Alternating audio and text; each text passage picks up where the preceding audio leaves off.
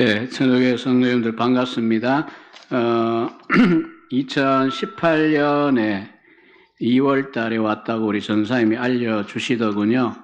분주하게 그동안 피차 살아오셨겠지만 일들이 그간에 많았는데도 교회 강단에 썼던 기억이 그리 아득하게 느껴지지를 않습니다. 이 코로나19 때문에 참 어려움이 많은데 아무튼 하나님께서 섭리하시고 통치하시는 세상 속에 우리가 살아가고 있기 때문에 이 시간에도 아침에 믿음으로 이 자리에 나온 우리 모든 성도님들 위에 하나님의 은혜가 충만하시기를 바랍니다. 내 이름으로 모인 곳에 내가 임하여 복을 주리라 하신 분이 우리 하나님이십니다. 오늘 우리가 이 시편 24편은 우리 장로님 말씀대로 너무나 우리가 다 잘 알고 어린 시절부터 시작해가지고 청년 또 중년, 노년 돌아가실 때까지도 아마 가장 우리 가까이에 있는 말씀이 이 말씀일 것입니다. 그래서 어떤 분이 시편 23편에 대하여 소개한 글을 보니까 이렇게 이야기합니다. 이 시편은 낙담한 자들의 군대에 용기라는 노래를 불러주었고 아픈 이들과 토굴 감옥에 갇힌 포로들과 쓰라린 슬픔에 빠진 과부들과 외로운 고아들의 마음에 향유와 위로를 부어주었다. 죽어가는 군인들은 이 시편을 들으면서 보다 편안한 죽음을 맞이했고 송장처럼 창백한 병원의 환자들은 밝은 빛으로 빛이 났다. 이 시편은 죄수를 찾아가 묶인 사슬을 깨뜨려 주었고 또 베드로의 천사처럼 상상 속에서 그를 인도해 집으로 돌아가도록 노래를 불러 주었습니다. 그것을 통하여 죽어가는 그리스도인 노예는 그의 주인보다 더 자유로울 수 있었습니다. 아마 이 23편과 관련된 노래들이 엄청나게 많은 것 같아요. 어린 시절 불렀던 주일학교 때 불렀던 찬송도 우리 찬송가에 최근 편집에는 들어와 있습니다. 간단하게 지어진 23편 찬송요. 그 외에도 우리 젊은 세대들은 또 CCM을 부르고 어떤 테이프는 20여 년 전에 샀더니 전체가 다 23편에 관한 찬송이었습니다. 또 이제 서양의 영화를 보면 이 장례식 할 때 꼭 이 신부나 목사님들이 시편 23편을 낭송하는 걸 볼 수가 있습니다. 그만큼 중요한 시편이어서 우리가 더 말할 것도 없고 또 혹은 설교자가 할 게 있겠느냐 이런 생각을 하기가 쉬운데 그러나 이 시편은 6절밖에 안 되고 외우면 1분 정도밖에 안 걸리지만은 그렇게 간단한 시편은 아닙니다. 사실 저도 이미 사실 목사님이 저보다 10살이 많아요. 그렇지만 신대원 반창입니다. 반창이 뭔지 알죠? 같은 반에 공부한 거. 만 60, 70명이었는데 하여튼 너무나 그 시절 또 기억이 납니다. 이 금융감독원인가 어디 직장 좋은데 잘 다니시다가 갑자기 소명받아 오셔가지고 얼마나 열심히 공부를 했는지 그때 아마 기억하실 거예요. 졸업할 때도 수석에 상 받고 이렇게. 원래 제가 입학수석인데 저는 상도 못 받았어요. 졸업할 때 하도 공부를 안 하고 땡땡이 쳐가지고 딴 공부한다고. 하여간에 그렇게 이제 벌써 한 30년 됐거든요. 제가 이제 설교자로 사역한 지가 2년쯤 되는데 입학은 제가 조금 더 빨랐기 때문에 시편 23편 제가 설교 참 많이 해봤습니다. 많이 했고 길게 하면 한 13번 연속 강의도 해보기도 하고 또 어느 순간부터는 매절마다 이제 1시간씩 강의하는 형태로 제가 또 따듬고 이렇게 했는데 그러나 지금도 저 자신도 이 시편은 여전히 물리지 않는 박과 같습니다. 그리고 기본은 어느 정도 정리가 되었다고 해도 오늘 설교를 통해서는 4절만 함께 나누겠지만은 끊임없이 또 묵상하고 연구해야 되는 본문이다라고 하는 생각을 저는 늘 하고 삽니다. 오늘 4절 말씀인데 다음 주에 아마 요약지로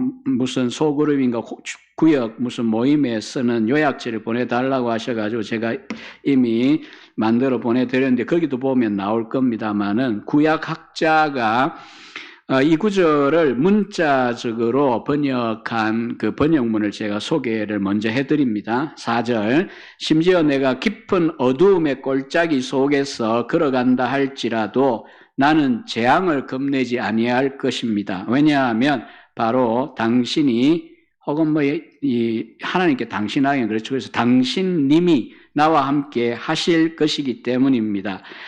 당신의 한 막대기와 한 지팡이, 그것들이 나에게는 위로가 됩니다. 우리가 이 시편 23편이 너무 익숙하다 보니까 유치부 때부터, 저도 이 교회학교 유치부 출신인데 유치부 때부터 이걸 이제 외우고 노래를 불러요. 그러다 보면 이게 동요인가 착각하기 쉬운데요. 시편 23편은 동요가 아닙니다. 이 아이들의 노래가 사실은 아닙니다. 1절, 2절 뭐 그렇다 쳐도 3절 이하로 넘어가 버리면 아이들이 이해 못합니다. 사실. 내 영혼을 소생케 하시고 거의 죽을 뻔하다가 다시 살려내시는 거 이 아이가 유치부 아이가 어떻게 압니까? 이 영적인 경험을 담고 있고 4절 오늘 이제 나눌 말씀은 사망의 엄침한 골짜기가 나옵니다. 사망 혹은 죽음이라는 설명도 하기 어려운 나이에 이걸 어떻게 동요로 내 노래라고 말하기는 사실 어려워요. 그래서 어떤 분들은 다윗이 목동의 경험을 하면서 어린 시절, 젊은 시절에 지었다 이렇게 이야기하는데 젊은 시절에 나오기에는 너무 깊은 시입니다. 그래서 파란만장하고 구절양장 같은 인생을 다 겪어보고 난 다음에 중년이나 혹은 노년에 지은 시라 이렇게 보는 해석이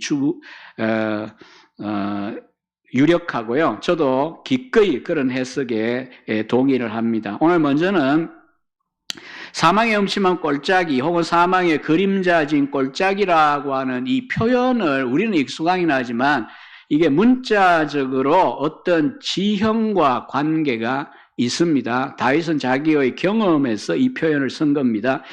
현재도 여러분들이 성지라 그러죠. 거룩한 땅, 팔레스타인 혹은 가나안 땅에 가시면 이스라엘이 살고 있는 가나안, 그러니까 요단 동편은 또 요르단 왕국과 관계가 있고요. 아무튼 가면 어떤 지형이 있냐면은 전체 그 지역이 석회암으로 되어 있습니다. 석회암은 이게 비가 계속 내리고 수백 년, 수천 년 지나가다 보면 깎여 들어갑니다. 그래서 굉장히 깊은 골짜기를 만들어내고요.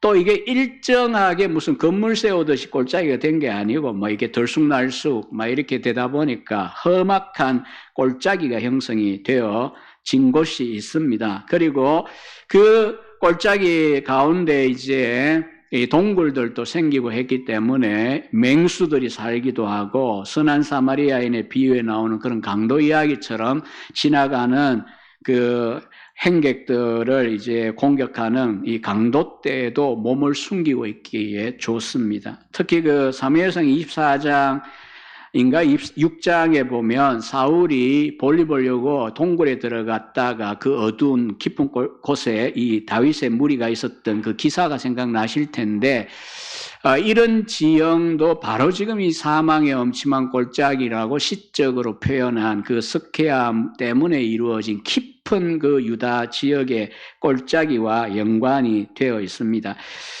길을 가는 나그네로서도 이제 관련이 이 길을 지나가야 되지만 특히 이제 양떼들은 이 기계식으로 뭐 이렇게 요즘 막 이렇게 가둬놓고 사료 오고 뭐 이렇게 하지 않고 이제 늘 이제 풀밭을 찾아다녀야 되니까요. 이게 뭐 한 군데 있지 못해요. 그래서 여기저기 다니는데 다니다 보면 좀 더 이제 풍성한 풀밭을 가야 되는데 반드시 중간에 이 골짜기를 지나가야 되는 때가 있어요. 그럼 사람만 싫어하는 게 아니고요. 이 양떼도 본능적으로 그런 어둡고 험한 지형을 싫어합니다. 그럼에도 불구하고 결국은 이제 그곳을 지나가야 되는데 왜냐하면 더 나은 푸른 초장을 가야 하기 때문에 목자가 이끌고 가는 겁니다. 그런 험악한 지역을 지나갈 때 양의 입장에서 볼 때도 절실하게 필요한 것이 바로 이 신실하고 능력 있는 목자의 안내입니다. 그래서 이 신실한 목자를 두고 있는 양떼라면 인간적으로 표현하면 이런 거예요. 내가 사망의 엄침한 골짜기를 이렇게 지나간다고 해도 두렵지 않아. 우리 목자가 우리와 함께 계시고 저 손에 있는 막대기와 지팡이가 나를 안위하기 때문에 우리는 겁내지 않습니다. 이렇게 이제 인간적으로 표현할 수가 있는 거예요. 여러분, 다윗이 뭐 왕으로 실수도 했지만 왕으로서 얼마나 신실했는가는 성경 곳곳에서 증거하는데요. 마치 어린 시절에 양떼를 돌보던 것과 같은 목자의 심정으로, 사실은 목사만 목자의 심정이 아니고요. 왕도, 대통령도, 정치가도 공복으로서 목자의 심정으로 일을 해야, 목민관이 되어야 사실은 잘하는 거거든요. 다윗은 그렇게 했어요. 어린 시절 그 목동으로서 아버지 양을 지킬 때도 사무엘상 17장에 보면 골리앗만 보고 놀라면 안 됩니다. 골리앗 때려잡은 것도 물론 중요하지만 그 전에 다들 미심쩍어했습니다. 저 어린, 저 얼굴이 불그리한 제가 나가가 어떻게 저 3m 넘는 골리앗을 상대한단 말이냐 하고 사울 왕도 의심하고 신하들도 얘 지금 뭐하냐 막 이렇게 객기 부리냐 이러는데, 다윗의 고백이 무엇인지 아십니까? 종이 아버지의 양을 지킬 때에 사자나 곰이 와서 양떼에서 새끼를 물어가면 내가 따라가서 그것을 치고, 뭐 조그만 개나 판다곰 아닙니다. 판다는 공격적이지도 않아요. 별로. 사자나 진짜 곰이에요. 양새끼를 빼앗아 물어가고 있으면 방관한 게 아니고 이 목동시지에 따라가가지고 치고 입에서 새끼를 건져내었고, 그것이 일어나 나를 해하고자 하면 내가 그 수염을 잡고 그것을 쳐 죽였나이다. 여러분, 이 어린 이 소년 목동의 지금 간증입니다. 그러니까 이 목자나 목동이 이렇게 목숨을 걸고, 또 목숨만 걸어가면 안 되잖아요. 무기도 쓸 줄 알고 신실하고 유능해야 이렇게 맹수들에게서부터 자기 양떼를 보호할 수가 있다고요. 그러니까 그런 사망의 엄침한 골짜기를 지나가는 양떼의 입장에서는 이런 목자가 있으면 나 해를 두려워하지 않습니다. 주의 지팡이, 목자의 지팡이와 막대기가 나를 안위하시기 때문입니다. 이 지팡이하고 막대기, 하나는 80인치, 하나는 1m 80이거든요. 이 각각의 용도를 가진 이 목자의 제구를 쳐다보기만 해도 이 양의 입장에서 볼 때는 안심이 되는 거예요. 자, 여러분, 오늘 이 말씀이 오늘 우리 신앙생활에 어떻게 적용이 될까요? 당연히 다윗은 목자의 경험을 근거로 하여 자기와 하나님의 관계에 그렇게 빗대어 표현을 했습니다. 오늘 우리가 먼저 생각해야 될 것은 사망의 엄침한 골짜기입니다. 오늘 연세가 어떠하든 형편이 어떠하든 뭐 우리가 여러분끼리는 알지만 저는 여러분을 모릅니다.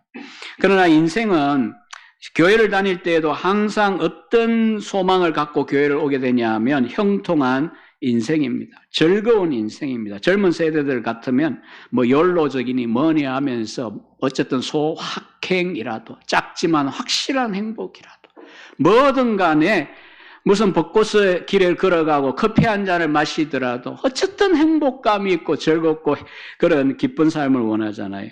그 외에도 오히려 거창하게 이야기하면 인생이 내가 원하는 대로 성공하고 성취를 이루고 만사형통하기를 원합니다.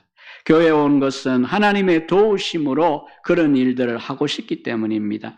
물론 우리가 교회에 와서 신앙생활하면서 이런저런 문제가 해결되고 병이 낫기도 하고 가족이 평화롭게 되기도 하고 사업에 꼬인 것이 풀리기도 하고 뭐 간증할 내용들이 많이들 있으실 것입니다. 그러나 늘 그러한가라고 각자에게 물어보신다면 어떻습니까? 최소한 지금 우리는 전 세계적으로 팬데믹 상황 속에 언제 끝날지를 모릅니다. 사실 끝나지 않았어요. 지금 4차 유행을 지금 경고하고 있는 시점에 있기 때문에 신자들이라도 좀 신중해야 합니다. 어제도 제가 학회에 발표하러 가면서 보니까 다 끝난 것 같아요. 그만큼 고속도로가 밀리고 어디들 가시는지 답답하니까 그런 거죠. 뭐 이해는 되는데 이렇게 세계적인 재난 가운데 있다는 자체도 이게 형통이 아니지 않습니까? 얼마나 많은 장애를 입었습니까? 오늘 노래를 찬양을 잘 하시길래 누구신가 해서 주보를 뒤적거려 보니까 지휘자 시대예요, 지휘자. 예. 그러니까 이 교회에서 제일 잘 부르셔야 되는데, 어쨌든 감동적인 찬양 감사하고 하나님이 기뻐 받으셨을까 생각이 드는데, 한편은 그래요. 이 절규와 같은 느낌이 들어요. 왜냐하면 여기 찬양대 앉아 오늘 같으면 찬양 지휘했어야 되는 거 아니에요. 근데 이놈 코로나 때문에 찬양도 뭐 크게 하지 말라, 찬양대 하지 말라, 밥 먹지 말라, 뭐 설교자는 또 뭐 입을 막아라 그러고 뭐 오늘 그래도 마스크 벗으라 그러니까 얼마나 감사한지 몰라요. 김이 서려가지고 옹호가 안 보입니다. 마스크 김이. 자, 이렇게 우리는 불편한 시대에 같이 지금 살고 있잖아요. 또 이제 이거 아니라도 사실은 그래요. 뭐 저만 해도 작년에 이렇게 시작해가 힘들고 어려워지니까 아이고 하나님 코로나 아니어도 우리 집만 해도 힘듭니다. 뭐 이렇게 혼자 푸념을 했는데 각자 가정의 어려움들도 있고 또 병으로 인하여 오랫동안 투병하는 가족들이 있을 수도 있고 사업의 어려움들은 코로나 때문에도 많이들 또 겪기도 하시고 젊은이는 젊은이대로 참 어려운 점들이 많이 있는 시점에 우리가 있습니다. 그러니 늘 항상 잘 되어야 하고 이 땅 위에서 1등해야 되고 성공해야 한다라고 하는 것이 우리의 소망이긴 하지만 그게 실제여야만 한다면 우리는 자기를 속이든지 아니면 나는 믿음이 없다라고 자책을 해야 됩니다. 믿음이 좋으면 무조건 만사형통이라면 예수 믿으면 무조건 다 잘 된다면 120세에 죽으나 모세와 같이 뭐 눈이 멀쩡하였더라. 기력은 쇠하지 않았더라. 이래야 되는 인생 아닙니까 우리가? 근데 그게 아니잖아요. 그래서 우리는 쉽게 우리가 당하는 여러 가지 어려움과 역경들을 보면서 우리만 그런 것이 아니라 타인을 볼 때 너무 쉽게 판단 안 하시는 게 좋습니다. 정답 같은데 제일 정답이 아닌 것은 자기 자신은 그렇게 이제 말씀하세요. 내가 기도를 지금 게을리 하는가, 성경을 잘 안 보고 하나님 뜻에 주의하지 않는가 이렇게 자책하는 건 좋으신데 자꾸 지나가는 사람 교인들 중에 뭐 너무 쉽게 막 너 기도 안 해가 그렇다. 뭐 또 새벽 기도 안 나가 그렇다. 뭐 다행이네. 요즘 코로나는 또 새벽 기도 안 하는 거 아니에요? 하여튼 간에 막 그렇게 막 정죄하시면 안 돼요. 답 같은데 답이 아닙니다. 왜냐하면 새벽 기도 안 해도 악당들 밤새 뭐 신나게 놀고 또 새벽에 사우나하고 또 하루를 신나게 악을 행하고 그래서 하는 사람들 많습니다. 그런데 신앙생활 열심히 하고 하나님 앞에 존절하게 살아도 몸과 마음이 힘들고 어렵고 사업이 어렵고 자녀들로 인하여 너무너무 가슴앓이하는 그런 분들도 적지 않습니다. 저도 11년 반 동안 대구에서 담임 목회를 하고 학교에 왔기 때문에 이 교인들 사정을 잘 알지 않습니까? 그러니까 함부로 우리가 예수 믿으면 무조건 잘 돼야 되지 너희들 왜 그렇게 엉망이야 너 지금 잘못 믿고 있는 거야 이런 말은 일절 목사가 입에 올릴 수가 없어요. 정말 하나님이 뭐 나단처럼 계시를 받아가 다윗에게 이렇게 말해라 이렇게 이야기하는 거면요 제가 하죠. 근데 그런 게 어디 있습니까? 지금은 성경 말씀을 통하여 우리에게 깨달아도 깨닫는 거고 우리 마음에 도전하시는 건데 목사가 감히 그런 말 할 수가 없잖아요. 잘한다면 정말 우리 자녀들이나 또 우리가 가르치는 아이들 붙잡고 그렇게 실험하면서 막 뭐라 할 수도 있어요. 그러나 적어도 원리적으로는 우리의 삶 가운데 만사형통이어야 한다라고 하는 것 때문에 우리가 헷갈려서는 안 됩니다. 오히려 예수님께서는 우리들 보고 우리가 이 힘들어하는 이런 차원이 아니라 아무리 잘 믿고 우리가 살아도 우리 가야 되는 길이 십자가의 길이다라고 하는 말씀을 하고 있습니다.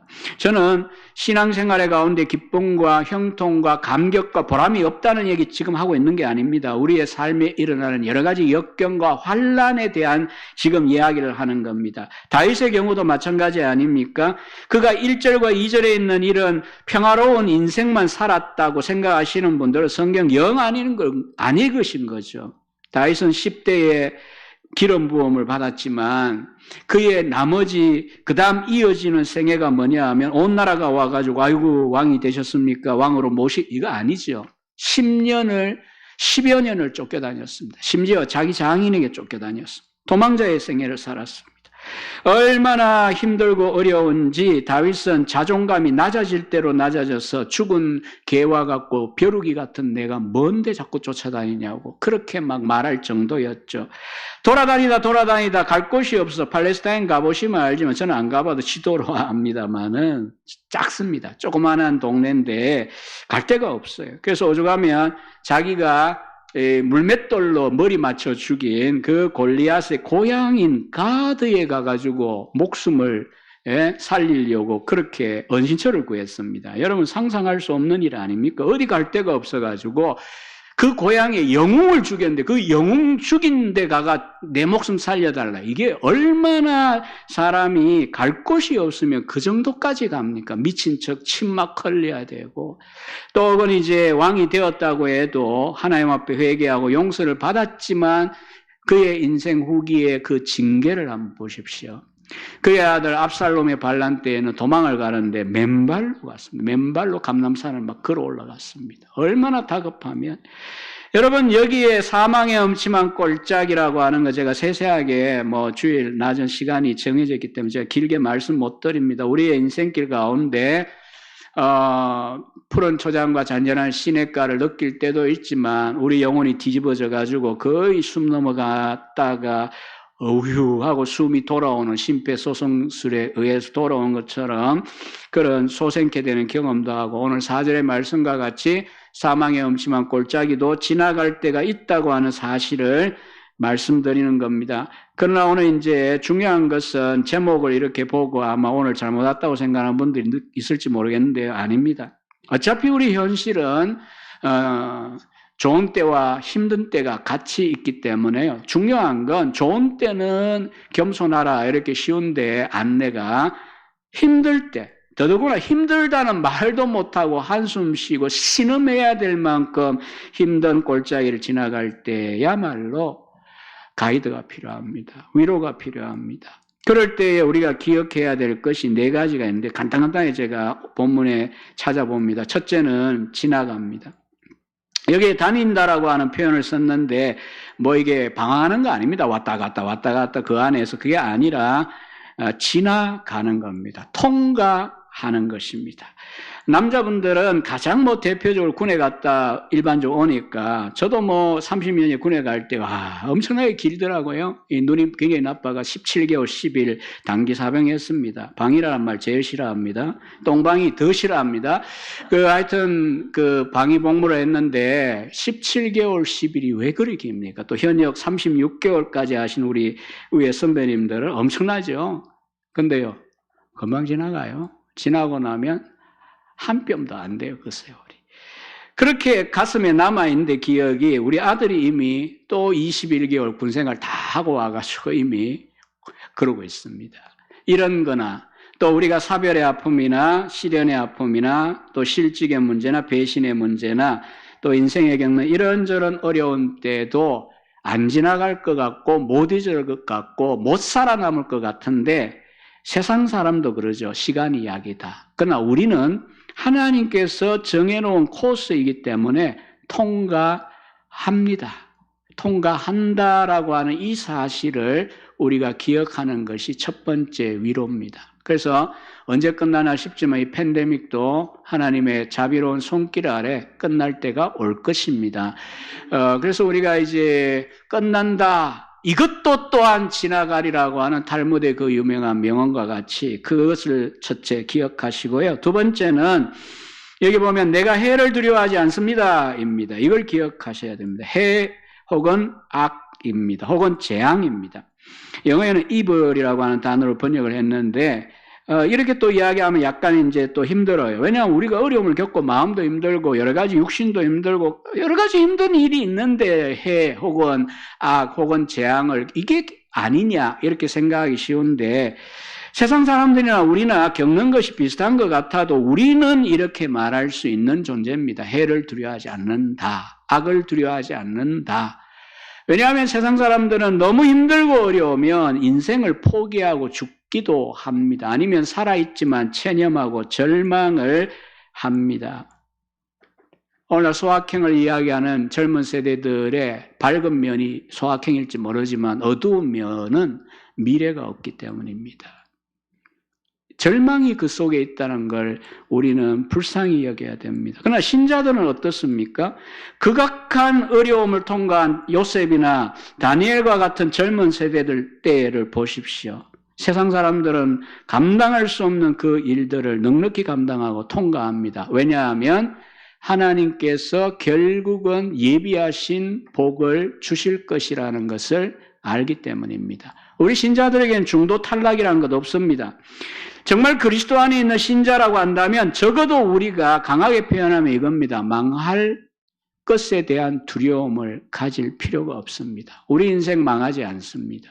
하나님께서 결국 저 높은 곳 푸른 초장 위에 혹은 궁극적으로는 여호와의 집에 우리들로 하여금 살게 하실 것이기 때문입니다. 그래서 바울은 말하기를 로마서 8장 28절에 우리가 또 다 외우는 말씀이잖아요. 우리가 알거니와 하나님께서 부르신 자의 갑자기 외우자 그렇게 이상해지니까 어쨌든 핵심은 이거예요. 모든 것이 합력하여 선을 이루게 하십니다. 그런 면에서 우리는 해나 재앙을 두려워할 필요가 없습니다. 당장 내 싫고 힘들고 어려운 일들은 있을 수 있습니다. 그러나 결과적으로는 지나갈 것이고 두 번째는 하나님의 뜻이 이루어질 것입니다. 우리가 기대하거나 우리가 얘기하는 결과도 아니고 세상이나 사탄이 우리에게 기대하고 이루려고 하는 결과도 아니고 하나님이 원하시는 선을 이루고야 마실 것입니다. 그래서 지나고 나서 많은 사람들은 이 고난이 어려움이 포장된 축복이었다라고 하는 표현을 오래전부터 사용해왔던 이유이기도 합니다. 어떤 분은 사업에 너무 잘 나가서 교회에 올 틈도 없었습니다. 그러다가 망했습니다. 부도났습니다. 나중에 이제 고백합니다. 뭐라고 고백하냐면 그때 내가 망하지 않았으면 진짜 내가 망할 뻔하였다. 그게 무슨 의미일까요? 그때 그대로 계속 갔으면 세상 사람하고 다를 바가 없어요. 영적으로 완전히 망하는 길입니다. 그러나 하나님께서 개입하셔서 내 사업이 안 되므로 정신 차리고 심지어 그분은 감옥도 갔다 왔어요. 경제사범으로. 그리고 이제 다시 회복을 하는데 신앙 회복하고 사업도 이제 어느 정도 회복하고 그러면서 한 고백이에요. 그때 내가 안 망했으면 지금 내가 진짜 망할 뻔하였다. 이게 신앙의 세계입니다. 세 번째는 해를 두려워하지 않는 이유는 주께서 나와 함께 하시기 때문입니다. 여러분, 임마누엘의 은혜가 우리가 이 고난의 시간들 속에 함께 합니다. 우리가 형통하고요, 신나고 해피하고 뜻대로 잘 될 때 그냥 기분 좋고 그럴 때 주님이 나를 복 주셨네, 행복해, 옆에서도 복 받았네. 근데 깊이가 깊을까요? 하나님의 임재 없이 내가 정말 하나님 앞에 내가 어떻게 살아야 되나, 이 귀한 거 인생을 복 주셔 내가 어떻게 살아. 고난 안 겪어보고 복 받은 사람은 절대 그 이야기 안 합니다. 얕습니다. 임재 없이. 그러나 고난의 시간들을 겪고 역경을 겪고 회복이 되었을 때 정말 겸손합니다. 하나님의 은혜에 대하여 감사가 있습니다. 정직이 자세를 가집니다. 그러나 우리가 이 고난의 시간을 지나갈 때 중요한 위로는 결국 주님이 함께 하십니다. 그래서 저는 이 30여 년 전에 40년 전에 유명한 신앙시 제가 다 읽을 수는 없고요. 여러분 다 아는 바다의 모래 위에 발자국이라는 시가 있는데 밤에 이제 꿈을 꿨는데 주님과 함께 바닷가를 거니는 이야기로 시작합니다. 그러다가 이제 어느 인생의 시점을 보니까 한 짝의 발자국만 있었다는 겁니다. 생각해 보니 꿈이지만 내 인생의 가장 비참하고 슬픈 계절에 왜 발자국이 하나뿐인가? 그래서 주님께 묻습니다. 주님 따르기로 결심했을 때 항상 함께 하겠다고 하시지 않았나요? 그런데 내가 가장 주님을 필요로 했을 저 어려운 시기에 주님은 왜 나를 떠나셨습니까? 그 다음에 이제 문자적으로 제가 읽어드리겠습니다. 저는 여러분이나 저나 너무나 익숙한 이 신앙 시이지만 저는 이 구절 읽을 때마다 특히 이제 지난 몇 년 가정적으로 아프고 이렇게 힘들어가지고 힘든 시절에 훨씬 더 가슴에 사실은 와닿습니다. 나의 귀하고 가장 소중한 이여, 나는 너를 사랑했고 너를 결코 떠나지 아니하였노라. 너의 시험의 때, 고통의 때에도 내가 본 오직 한 짝의 발자국은 그것은 너의 것이 아니라 그때 내가 너를 등에 업고 걸어간 것이었다.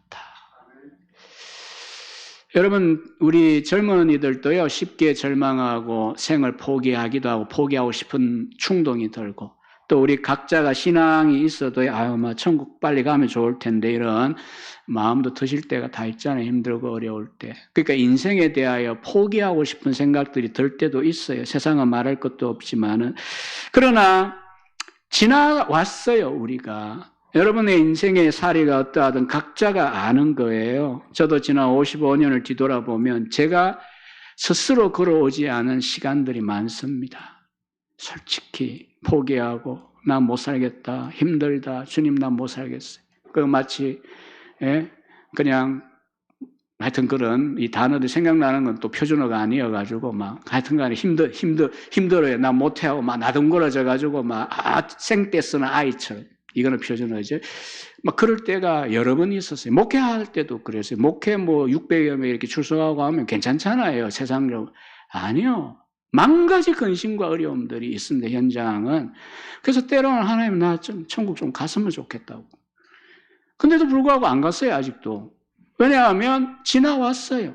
주님이 함께 하셔서 위로하시고 또 은혜를 베푸실 뿐 아니라 사실은 그런 때는 이 시가 표현하는 대로 내가 걸어온 게 아니라 주님이 나를 업고 여러분을 업고 걸어온 시간들이에요. 그러니까 일직선으로 인생이 쫙 신앙이 상승가도로 해가지고 실선이었다라고 말할 수 있는 신앙의 인생은 저와 여러분 가운데 다는컨대 없을 겁니다. 저는 압니다. 그냥 드문드문 내가 걸어온 선이지 그것도 주님과 함께 온 거고요. 많은 경우에는 이어진 것은 주님이 업고 오신 것이고 안고 오신 것과 같은 시간들이었습니다.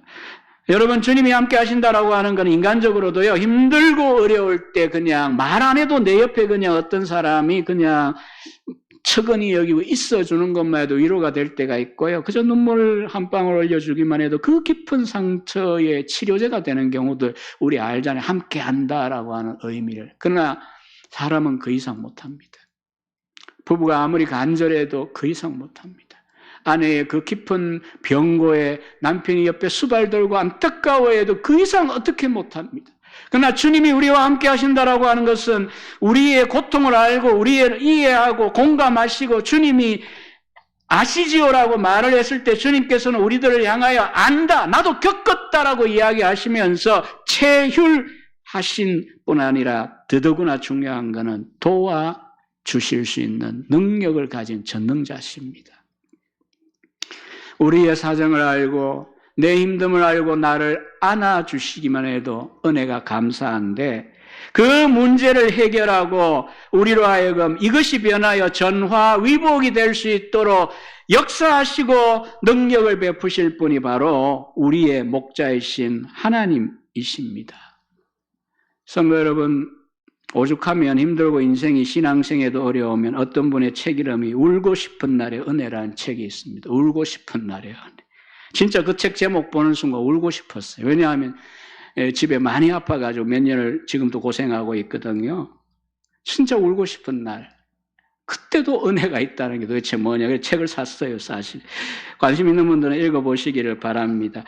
아무튼 오늘 이 시간상 제가 이제 끝맺겠습니다. 오늘 이 4절 말씀은요, 상당히 어둡게 시작한 것 같아도 결국은요, 그 어두움 속에 빛이 있습니다. 세상 사람들은 절망적인 상황을 당하면 진짜 끝이라고 생각하고 여행이 벗어나면 다행이라고 생각할 정도일 뿐입니다. 그러나 우리 신자들은 행복할 때도 있고 형통할 때도 있지만은 인생의 역경과 또 고난과 또 잘 믿고 신앙생활 잘하는데도 예컨대 교회 가운데 어떤 사람과의 관계 때문에 상처를 너무 받을 수도 있고 이런저런 어려움들을 겪을 때도 있다는 것을 이 본문은 우리에게 말하고 있습니다. 그러나 이제 그때 우리가 기억할 것이 있습니다. 이것도 지나갈 것입니다. 하나님의 장중에 우리 시대가 있고 내 인생이 있기 때문에, 여러분 인생이 있기 때문에 지나갈 것입니다. 이것을 지나 더 높은 곳, 더 풍성한 축복의 자리로 나아가게 하실 것입니다. 두 번째는 기억할 것은 어떤 어려움과 힘겨움을 겪을지라도 궁극적인 악은, 해는, 재앙은 우리가 두려워할 필요가 없습니다. 어떤 과정을 거치든 간에 신자는 결국 구원의 완성에 이를 것이고 삼위 하나님과 영원한 교제 속에 살아가게 될 것입니다. 세 번째는 주님이 우리가 형통할 때도 함께 하시니까 형통한 겁니다. 우리가 잘 인식 못해서 그렇지만 어렵고 힘들 때는 유독히 믿음의 눈을 열면 사방팔방이 막혔는데 다 끝이라고 생각되는데 눈을 들어 하늘을 보니 주님이 우리와 함께 하시고 기도의 문은 열려 있고 주님의 손은 우리에게 미치기에 조금 더 짧지 않다는 것을 경험하게 하십니다. 우리를 위로하고 도와주실 수 있는 그분이 계십니다. 마지막 네 번째는 스치고 지나왔지만 무엇이냐 하면 말씀의 지팡이와 막대기가 저와 여러분을 위로합니다. 목자의 제구가 양떼에게 유능한 보호와 인도의 도구인 것처럼 오늘 하나님께서는 저나 여러분을 이 골짜기를 지나가는 동안에 혹은 인생길 가운데 지팡이와 막대기로 우리를 인도하십니다. 결국은 하나님의 말씀의 역사입니다.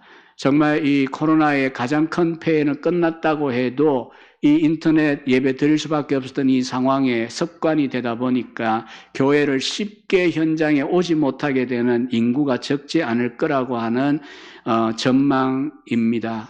여러분, 인터넷이 굉장히 중요하고 어쩔 수 없이 저도 집에 이 면역성이 떨어져 있으니까 이 인터넷 예배도 드리고 가정 예배도 드리고 이렇게 살아왔는데 그러나 편의함에도 불구하고 인격적으로 서로 만나 이렇게 함께 예배하고 찬양하고 인터넷으로 서로 해봐야 한계가 있어. 함께 찬양, 함께 예배드리고 또 교제하고 또 떡을 떼고 이런 성도의 교제가 있는 이 자리가 하나님의 은혜 베푸시는 자리인 것을 기억하시고 지금은 상황이 이래서 못 오시는 분들도 마음 가운데 이 공동체를 사모하는 마음을 늘 잃지 않도록 마음을 다스리시기를 바라고요. 또 여러분의 목회자를 통하여 전해지는 이 말씀의 안내를 귀하게 여기시고 또 개인적으로 성경 공부하고 기도하고 하는 경건의 시간을 가지시다 보면 하나님이 우리의 원수들에게서 우리를 막아주시는 보호의 역사도 경험하고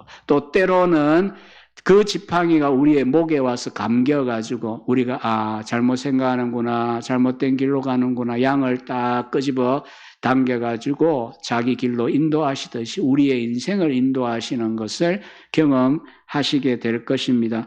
우리의 인생은 결국 마지막 6절에 있는 대로 여호와의 집에 영원히 거하게 될 것입니다. 어떤 세상의 부정적인 것도 더 이상 남아있지 않는 적극적인 복과 행복의 장소가 하나님 계신 그곳입니다. 그곳을 향해 우리가 남은 생애를 믿음으로 잘 걸어갈 수 있기를 바랍니다. 이 시간 우리 함께 잠깐 순서인 대로 합심해서 1, 2분 기도하겠습니다.